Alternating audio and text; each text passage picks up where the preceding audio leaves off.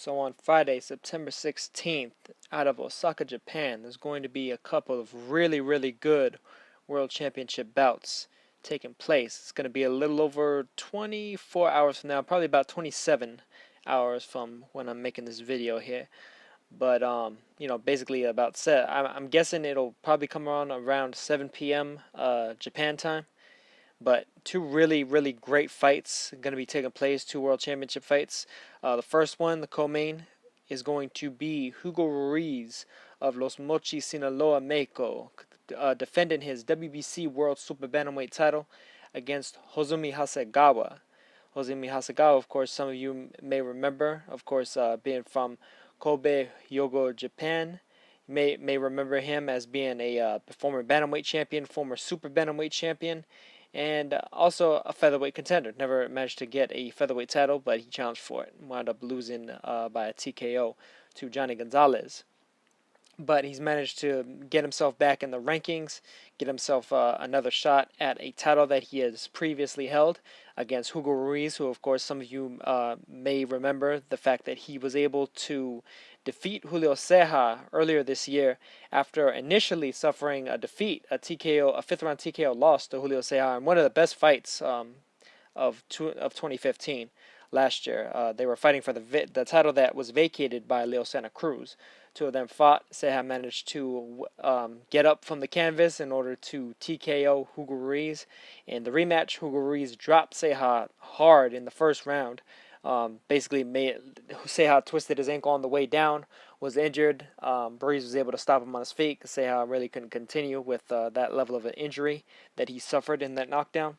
And now Ruiz is going to be defending his title in enemy territory over in Japan against a crafty veteran, a fast veteran, a guy that a lot of Hasegawa's skills was in his speed, his foot speed, his hand speed, his ability to ratchet off combinations. So this is a fight where Hugo Ruiz definitely should be favored to win. But as I mentioned, Hasegawa is a crafty veteran, a guy that was basically winning every round against Fernando Montiel back when the two of them clashed in a unification, WBC and WBO bantamweight unification many years ago, when Montiel managed to basically just score a monster come from behind knockout of Hozumi Hasegawa, just caught him with a huge double right hand, essentially, just two right hands over and over again that just got Hasegawa cut up on the ropes and essentially got it stopped against the ropes as Montiel was flurrying at a Hasegawa that was looking like he was about to just keel over onto his front side, onto his face. But the fight that most people are going to be looking forward to with regards to this card is the main event between Shinsuke Yamanaka of Tokyo, Japan, and Anselmo Moreno of Panama. And this is going to be a rematch of a fight that actually took place last year, almost exactly a year ago, matter of fact, just a few days shy of a year after their first fight with each other, where Yamanaka managed to win a close split decision, a little bit of I don't necessarily want to say a controversial split decision, but definitely a decision that could have gone either way between the two fighters. It was kind of a heartbreaker for Moreno, considering the fact that he had just lost a technical decision, a close technical decision to Juan Carlos Payano an entire year earlier in a fight where he was definitely coming on strong. Against Yamanaka, it seemed like he kind of ran out of time in the later rounds. It took him a little bit too long to get adjusted. But, I mean, it was still a great fight all the way throughout. Really good boxers, both of them. And they both managed to, show a lot of things in there. They're both definitely pound-for-pound level talents, at the very least, in terms of the technical ability that they display, if not necessarily the overall resumes and achievements that they've earned. Although Yamanaka is ranked in the top 10 on a couple of different lists, so there is that to be said. Moreno, of course, was ranked in those ranks a few years ago, but essentially just before he wound up taking a tough decision loss to Abner Mares in a fight that was just one of the best fights of that year as well. Just a great fight. Mares was really like the only fighter to really push Moreno to a pace where he just wasn't able to be as defensive as he normally likes to be. He normally likes to fight at a certain pace, a certain tempo of a fight. Mars made it just took that pace, fast forwarded it. increase the pace even more so.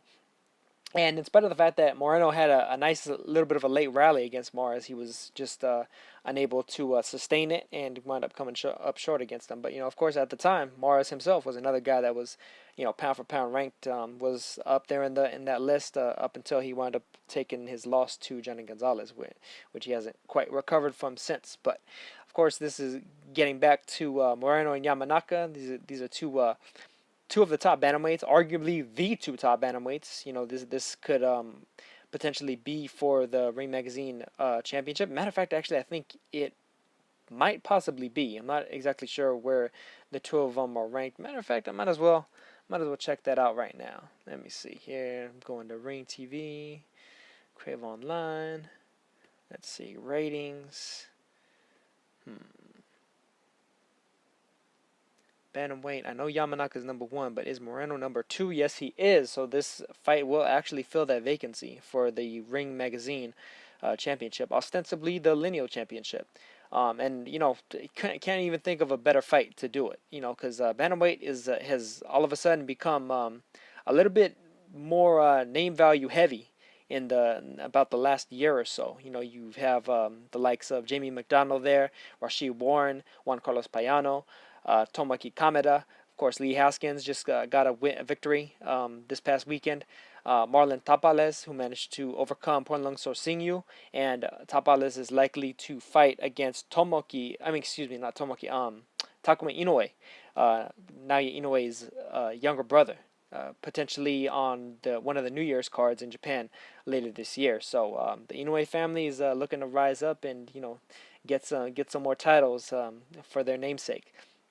But of course, Tapales, as he showed against Pornlung Sorsingyu in his recent fight, that he's not a guy to be taken lightly. He's definitely not anybody's easy mark out there. But you also have Zlani Tete out there as well, and I mean it's really become just a really solid division, and definitely Yamanaka and Moreno are the top two guys in terms of really both ability and achievement when you kind of combine the two factors. So I think this is going to be a really solid fight. With regard to who I favor in this one, I think largely the consensus tends to favor, I think, Yamanaka slightly, especially being that he's going to be fighting in Japan again, as he was the first time, although this is in Osaka as opposed to Tokyo. Tokyo was, very much his hometown. That's where he lives at. Osaka's a little bit, not quite, a little bit of a rival city. So I guess it's slightly more neutral than Tokyo would have been. But regardless, that he's definitely going to pack the house full of a lot of hometown type fans. Guys going to be coming to see him. He's one of the big stars in Japan at the moment. And Anselmo Moreno is definitely one of the big time fighters. A guy that's fought in Japan a number of times before and is very well known. Actually, has he fought in Japan a number of times? I think actually the fight with Yamanaka may have been his only fight in Japan. But regardless, he's a known quantity. He's a known commodity. These are essentially, like I said before, the two top bantamweights in the division, putting it down. You're going for the WBC and the Ring Magazine championships. You really can't ask for much better than that. And just the bantamweight division, similar to the super flyweight division, is starting to heat up a little bit, and it's going to be interesting to see a lot of these guys get into some really interesting matchups. The aforementioned ones that I even mentioned. McDonald Warren is going to be coming pretty soon.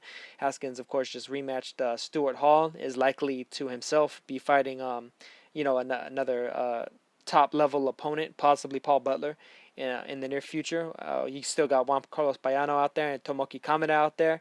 Haven't heard any word about exactly what their next move is going to be, but whatever they're going to be, whoever they fight against, whether it's each other or somebody else, they definitely need to be on their P's and Q's, whoever their opponents are, because those are two guys that could arguably be the best fighter in the division as well. On any given day.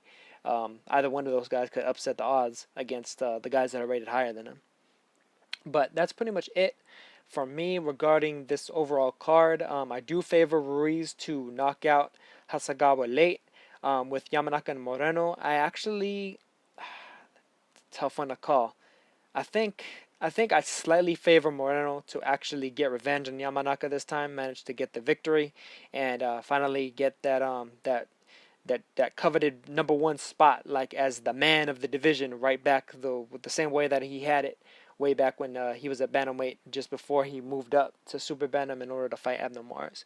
So that's gonna be it for me on this one. And you know what? I might actually make a video in the hours leading up to this fight, and potentially drop a link with a stream if I'm able to find a working stream as to this fight, because I do know that it's going to be on, I think, TV Max 9 in Panama, and it's also going to be broadcast on Nippon TV in Japan. So I'm definitely going to be out there looking for a link to try and hook you guys up and everything. Just what I'll probably do though is I'll probably wind up deleting it as soon as the main event starts, just to, to kind of make sure that there's no funny business going on with regards to any sort of issues of infringing on any rights or anything like that. So I'll try to throw you guys a bone, and I'm hoping that you guys will be up for it. If you manage to come across the video that I'll make in the lead up for it. But I just wanted to make this video to alert you guys, do a little bit of a preview, and that's pretty much all I got to say about the fights. Should be two really good fights, especially the main event. The main event should be very much a tit for tat, very good stylistic boxing match, and it may devolve into a bit of a slugfest as well, because these are two guys whose skills match each other in such a way that a lot of the times when you have guys that are able to negate each other's like just their proficiencies in a lot of aspects of the game, it just winds up becoming more of a willful and more of a stamina based battle as opposed to an outright skill, because their skills pretty much level off against each other. So just two solid fights. I hope you guys enjoy them as much as I think that I will, and I'll catch you guys on the next one. Peace.